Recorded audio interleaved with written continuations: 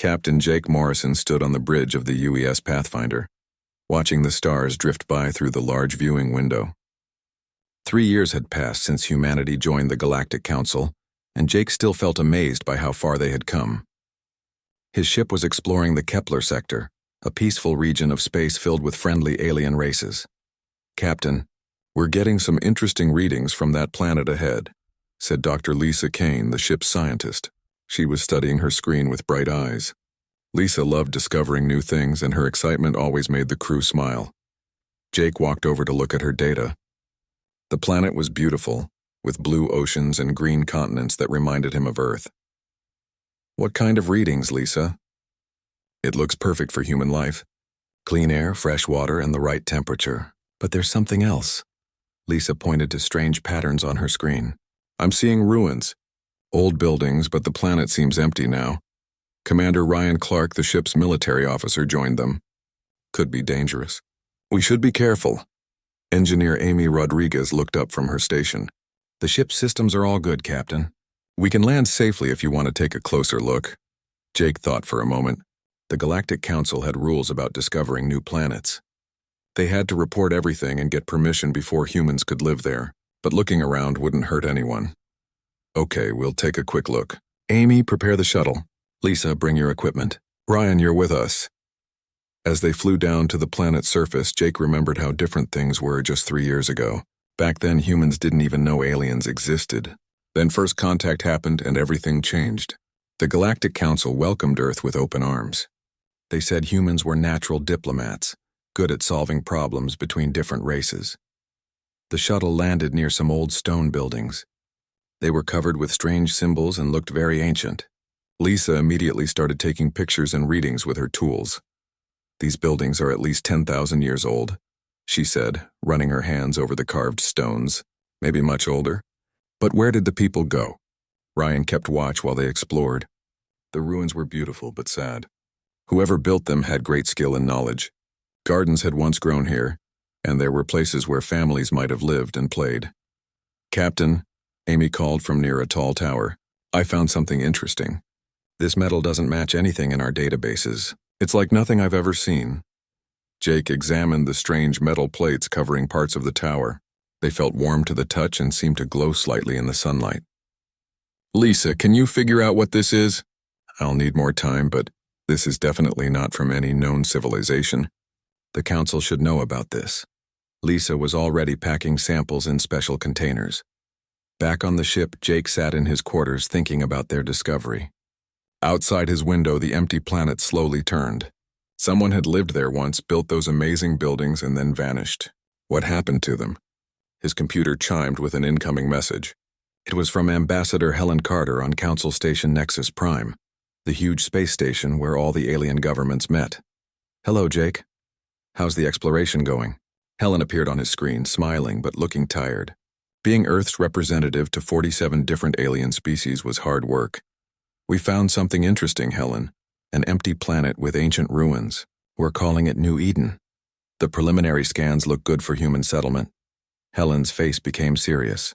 "Be careful what you report, Jake. There's been some strange talk here lately. Some council members are worried about human expansion. They think we're growing too fast."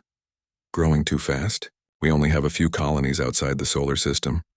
"I know, but some aliens live for thousands of years.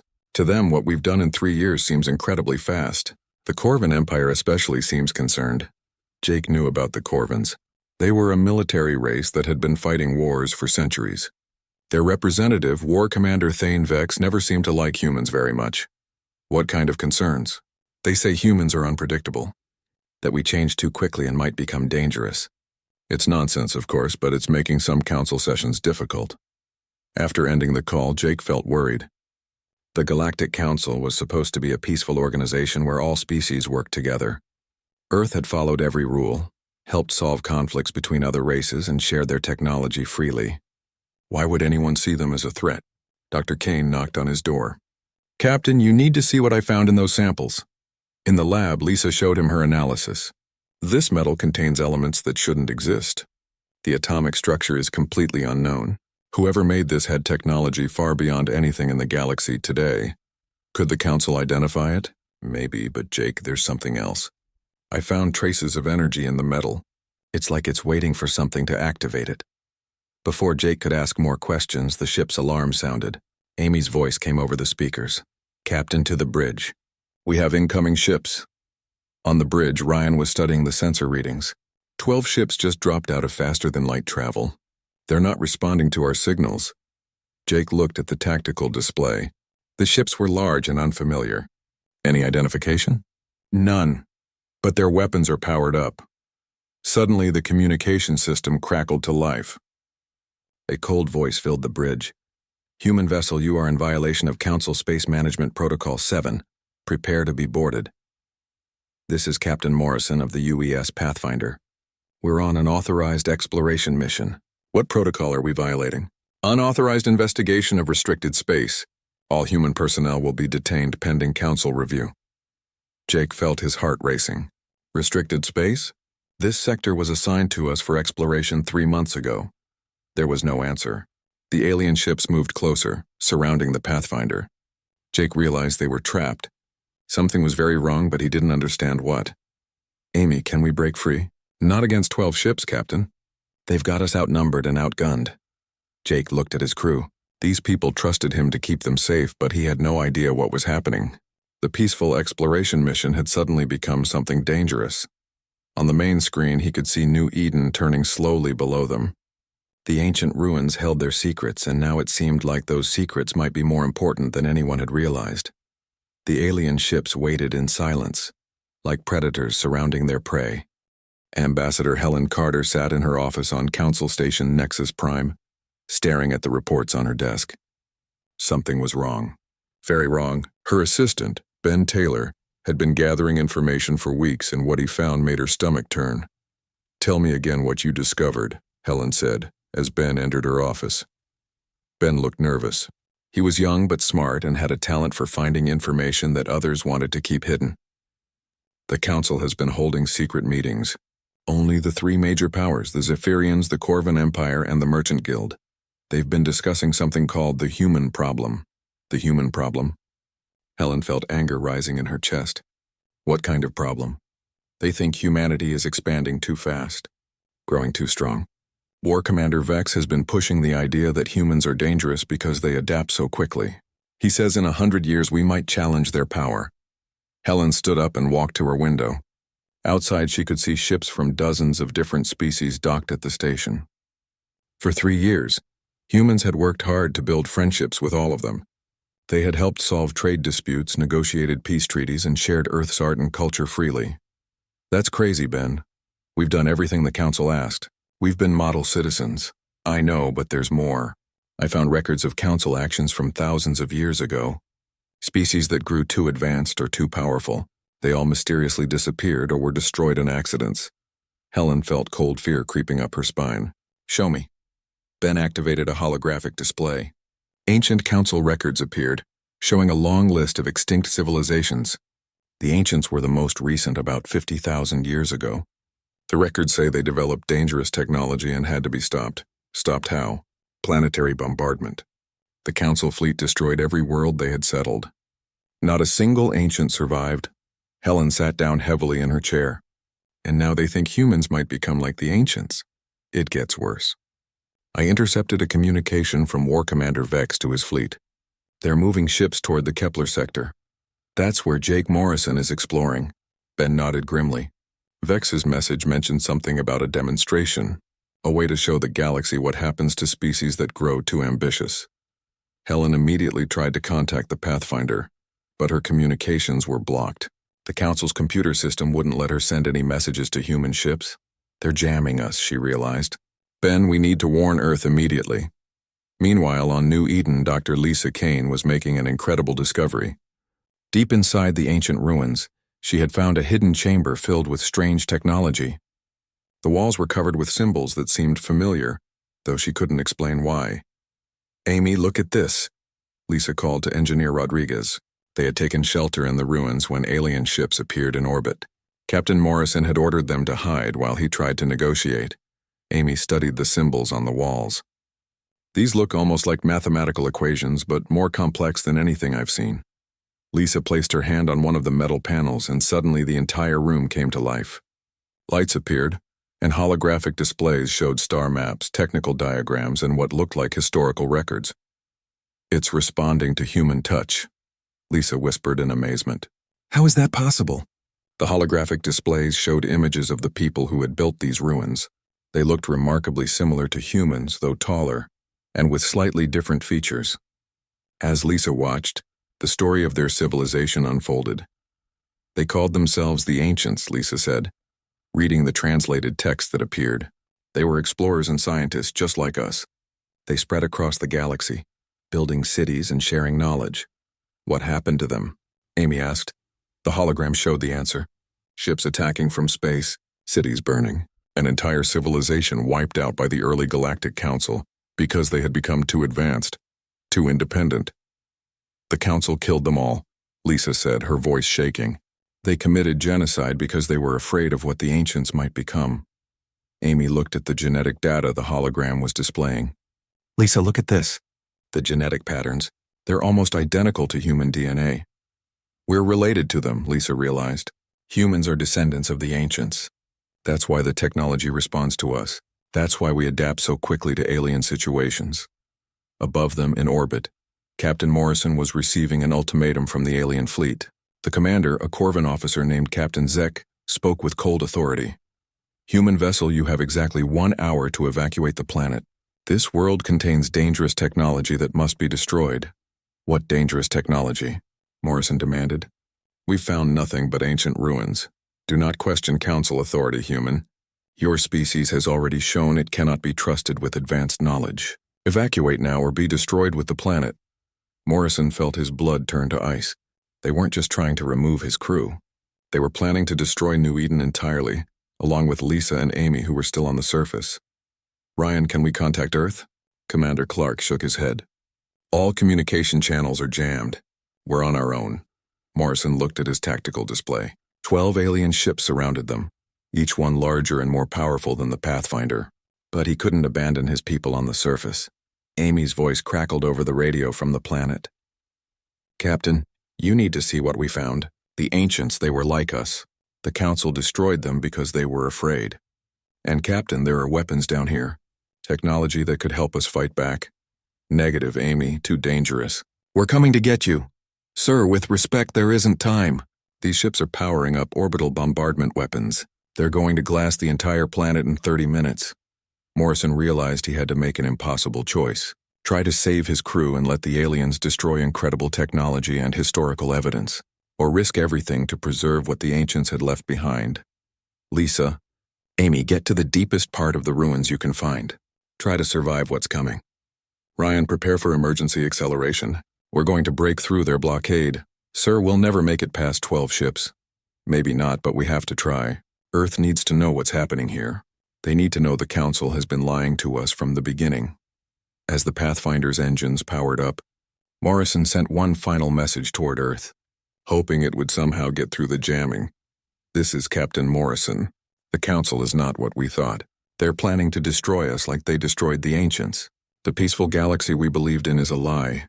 Tell everyone, when they cross the line with humanity, they'll learn what we're really capable of." The alien ships opened fire. The space around New Eden erupted in violence as the alien fleet opened fire on the Pathfinder. Captain Morrison gripped his chair as the ship shook under the bombardment. Sparks flew from damaged consoles and the lights flickered. "Shields at 60%, Ryan Clark reported, trying to keep his voice steady. "We're taking heavy damage." Morrison watched the tactical display as 12 enemy ships closed in around them. The Pathfinder was fast, but not fast enough to outrun a fleet. They had maybe minutes before the ship was destroyed. "Amy, Lisa, do you copy?" Morrison called into his radio. Dr. Kane's voice came through, broken and filled with static. "We're in the deepest chamber we could find. The ancient technology is protecting us somehow. There's some kind of energy shield. Good, stay there no matter what happens." An explosion rocked the ship. Commander Clark looked at his instruments with growing alarm. "Captain, they're not just trying to disable us. They're aiming to kill." Morrison had served in Earth's Space Navy for 15 years. He had seen combat before, but this was different. This wasn't war between enemies. This was betrayal by people they had trusted. Open a channel to the lead ship, Morrison ordered. The cruel face of Captain Zek appeared on the main screen. Behind him, Morrison could see other Corvin officers preparing weapons. "Surrender now, human, and your death will be quick," Zek said with satisfaction. "Continue to resist and we will make you suffer." "Why are you doing this?" "We've done nothing wrong," Zek laughed, a harsh sound that made Morrison's skin crawl. "Your species' crime is existing. You adapt too quickly, learn too fast, grow too strong. The Council has decided that humanity must be stopped before you become a threat. We're not a threat to anyone. We've been peaceful since joining the Council. Peaceful for now, but we have seen your history, human. Your species wages war constantly. Given time and technology, you would challenge our rule. We will not allow that." The communication cut off and the bombardment intensified. Morrison realized that no amount of talking would change their minds. The Council had already decided humanity's fate. "Ryan, can you get a message to Earth?" "I can try a tight beam transmission. Might get through their jamming for a few seconds." "Do it. Tell Admiral Stone what's happening here. Tell her—" Morrison paused, thinking of the billions of people on Earth who had no idea they were about to become targets. "Tell her the war has already started." As Ryan worked frantically at his console, Morrison looked out at the planet below. New Eden was beautiful, a world where humans might have built cities and raised families. Now it would become a graveyard. The message burst out toward Earth just as the Pathfinder's main power failed. Emergency lighting bathed the bridge in red and the ship began to drift helplessly. "Shields down, weapons offline, life support failing," Ryan reported. Morrison stood up, straightening his uniform. If these were his last moments, he would face them with dignity. "All hands, this is the captain. It has been an honor serving with you. Remember, we die not as victims, but as free humans who refuse to bow to tyrants." On the planet's surface, Lisa Kane felt the ground shake as orbital bombardment began. Ancient structures that had stood for thousands of years crumbled under the assault. But the deeper chambers held firm, protected by technology beyond modern understanding. "The energy shields are holding," Amy Rodriguez reported, checking her instruments. "But Lisa, look at this." Amy pointed to the ancient displays which were showing new information.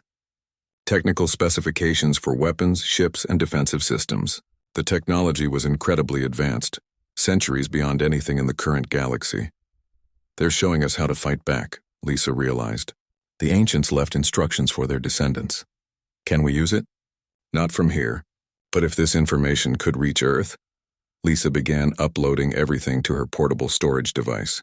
The amount of data was enormous, but if they could somehow transmit it to human space, it might change everything. Above them, Captain Morrison's ship finally succumbed to the assault. The Pathfinder broke apart in a flash of light, taking her crew with her. Captain Zek watched with satisfaction as the debris scattered into space. "Target the planet," he ordered. "I want nothing left alive down there." The fleet's heavy weapons turned toward New Eden. Energy beams and plasma missiles rained down on the surface, turning cities to glass and mountains to dust. The bombardment continued for hours, ensuring that nothing could survive. When it was over, Zek recorded his official report. Human exploration vessel encountered spatial anomaly near planet designated New Eden. All hands lost. Planet subsequently quarantined due to dangerous gravitational effects. On Earth, Admiral Patricia Stone received Morrison's final transmission in her command center beneath the Rocky Mountains. The message was broken and brief but clear enough. She immediately called an emergency meeting of Earth's military leadership. "They've just murdered our people," she told the assembled officers, Captain Morrison and his entire crew, plus Dr. Kane and Engineer Rodriguez on the surface. And according to this message, they're planning to do the same to all of humanity. General Robert Hayes, head of Earth's ground forces, looked skeptical. "Patricia, this could be a misunderstanding. Some kind of accident." "No accident. Morrison's message is clear." The Council fleet surrounded them and demanded surrender. Then they opened fire on a peaceful exploration ship. President Laura Garcia arrived within the hour, her face grim. She had been awakened at 3 a.m. to hear the news. "How certain are we about this?" "Certain enough," Admiral Stone replied. "And there's more. Ambassador Carter has been trying to contact us from Nexus Prime. Her communications are being blocked by Council security protocols. They're isolating us. What do you recommend?" Stone looked around the room at Earth's top military leaders. These were people who had spent their careers preparing to defend humanity from unknown threats. They had never imagined the threat would come from their supposed allies. We prepare for war. If the Council wants to eliminate humanity, they'll find we're not as helpless as they think. But Admiral, General Hayes protested, they have thousands of ships, dozens of species. We have a few hundred vessels at most. Maybe, but we have something they don't. Stone activated a holographic display showing human industrial capacity. We can build ships faster than any other species. We adapt quicker. We learn from our mistakes. And now we know they're not our friends. President Garcia made the hardest decision of her life. Do it. Begin war preparations immediately, and find a way to contact our people on Nexus Prime. If the Council wants a fight, we'll give them one they'll never forget. As Earth began to mobilize for war, deep beneath New Eden's scarred surface, Dr. Lisa Kane worked desperately to preserve the ancient technology. The bombardment had stopped, but she knew it was only a matter of time before Council troops came to make sure nothing survived. Amy, can you boost the transmitter signal? I'm trying, but there's too much interference from the bombardment. Keep trying. This information could save our species. High above them, the Council fleet prepared to leave, their mission apparently complete. They had no idea that their greatest mistake was leaving anyone alive to tell the truth about what happened at New Eden. 6 months after the massacre at New Eden, the galaxy learned what human rage looked like. Admiral Patricia Stone stood on the bridge of the UES Vengeance, humanity's newest and most powerful warship. Around her, a fleet of 300 human vessels prepared for their largest strike yet. These ships looked different from the peaceful exploration vessels of the past.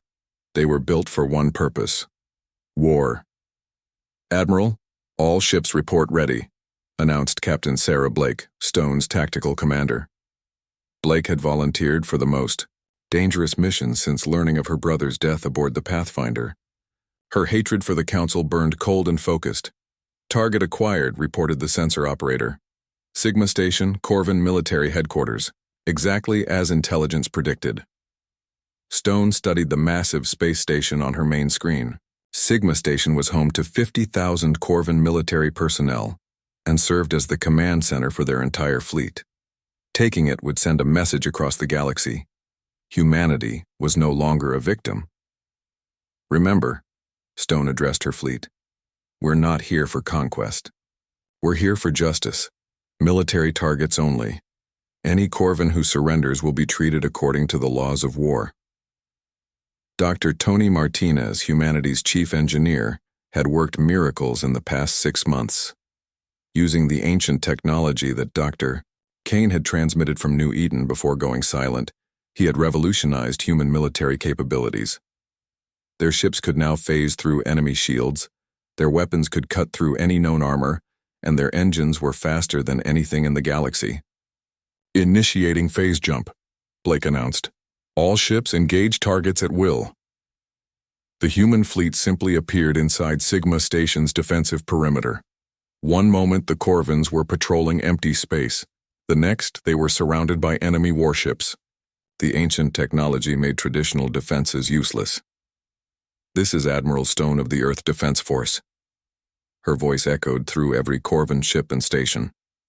You have 60 seconds to surrender. Any vessel that fires on human ships will be destroyed. This is your only warning. War Commander Thane Vex, the architect of the New Eden massacre, responded with typical Corvin arrogance. Human scum, you dare threaten the Corvin Empire? We will crush you like insects. Wrong answer, Stone said quietly. The battle lasted exactly 12 minutes. Human fighters phased through Corvin shield systems and crippled their engines. Boarding parties led by Marine Commander Lisa Foster took control of ship after ship. The Corvins, who had ruled through fear for centuries, had never faced an enemy that could match their aggression while surpassing their technology. Captain Blake personally led the assault on Vex's flagship. Her boarding team cut through the ship's hull like it was paper. Inside, they found Corvin soldiers who had never experienced defeat. Surrender, and you live, Blake told them in perfect Corvin. Humans had always been good at learning languages quickly. Fight and join your victims from New Eden. Most surrendered immediately. They had heard the stories from other battles. Humans didn't torture prisoners or execute civilians, but they showed no mercy to those who had committed war crimes. Blake found Vex on his command bridge, still trying to call for reinforcements that would never come. The Corvin's reptilian face twisted with rage when he saw her. "You cannot defeat us, human. We are the masters of this galaxy." "Were," Blake corrected. "Now you're just another species that crossed the wrong line." The capture of Sigma Station sent shockwaves across the galaxy. The Corvin Empire, which had seemed invincible for thousands of years, had been humiliated by the upstart humans. Their most secure facility had fallen in minutes, but humanity wasn't finished. President Garcia had authorized Operation Righteous Fury, a systematic campaign to dismantle the Council's military power. Every species that had participated in the New Eden massacre would face justice. General Mike Thompson coordinated ground assaults on Council strongholds throughout the galaxy. Human Marines equipped with ancient tech armor and weapons proved unstoppable. They studied each alien species' fighting techniques and developed counters within days. On the water world of Aquatica, they fought the amphibious Solarians underwater using breathing apparatus that could extract oxygen from any liquid. On the high-gravity world of Titan Major, they used powered exoskeletons to match the strength of the native Goliaths.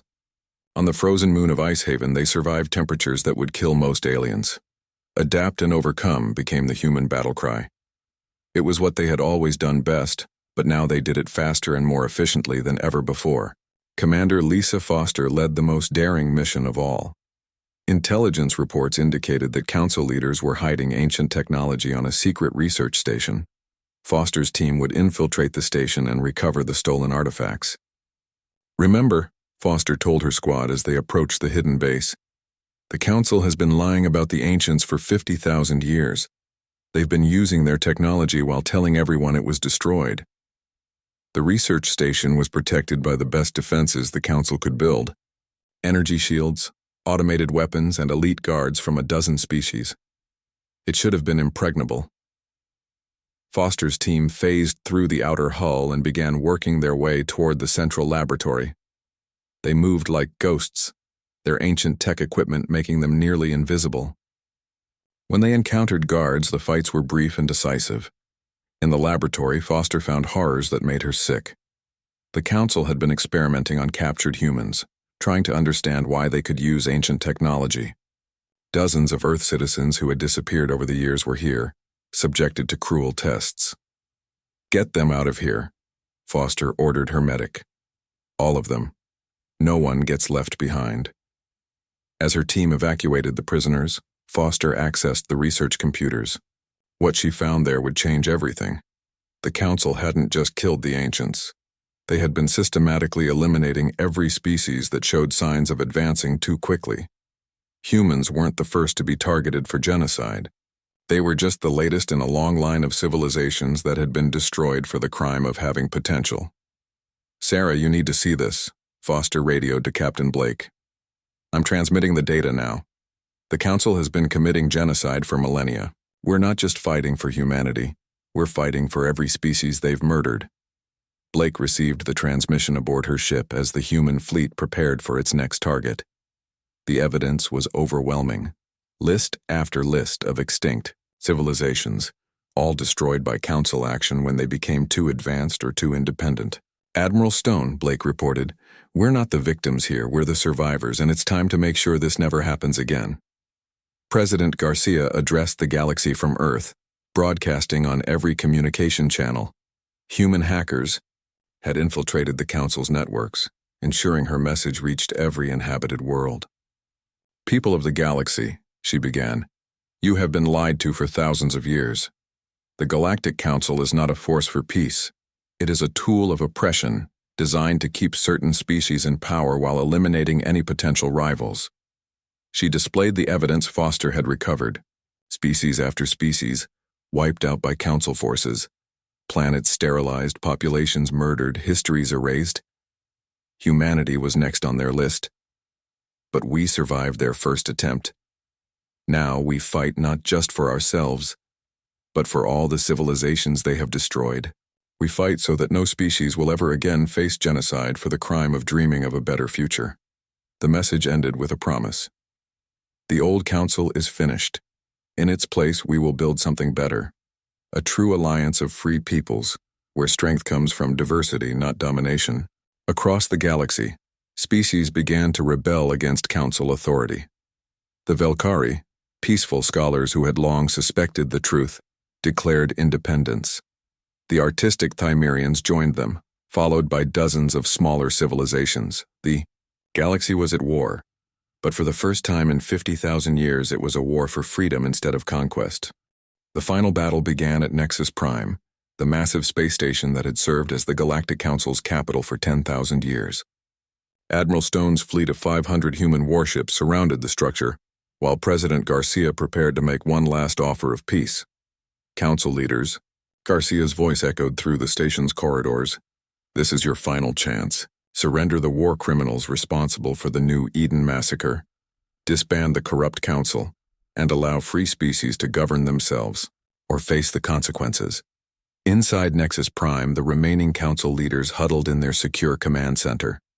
Overlord Keshai of the Zephyrians, one of the energy beings who had founded the council, flickered with angry light. The Merchant Guild representatives argued among themselves, while the few remaining Corvan officers prepared for a final desperate battle. We will not surrender to inferior beings, Keshai declared, his voice like the sound of lightning. The Zephyrians have ruled this galaxy since before your son was born. We will not bow to creatures who barely understand fire. War Commander Vex, recently escaped from human custody, snarled his agreement. Let them come. We still have weapons they have not seen. Technology we have kept hidden for emergencies. What they didn't know was that their emergency weapons were about to become useless. Dr. Lisa Kane, the scientist who had supposedly died on New Eden, materialized in their command center as a hologram, but she looked different now. Her body was partially merged with ancient technology, glowing circuits visible beneath her skin. Hello, council leaders, Kane said with a voice that carried the authority of a lost civilization. You thought you had killed me, but the ancients prepared for this day. They knew eventually their descendants would need to reclaim their birthright. The council members stared in shock. Kane was alive but transformed into something far beyond a normal human. Impossible, Keshai whispered. The ancient technology responds only to genetic patterns we eliminated 50,000 years ago. You tried to eliminate them, Kane corrected. But some escaped. They settled on a small world in a distant galaxy and slowly evolved into a new species, a species you invited to join your council 3 years ago, never realizing what they truly were. Humans are ancients, Vex breathed, finally understanding. Descendants of ancients, inheritors of their knowledge, and now your replacements.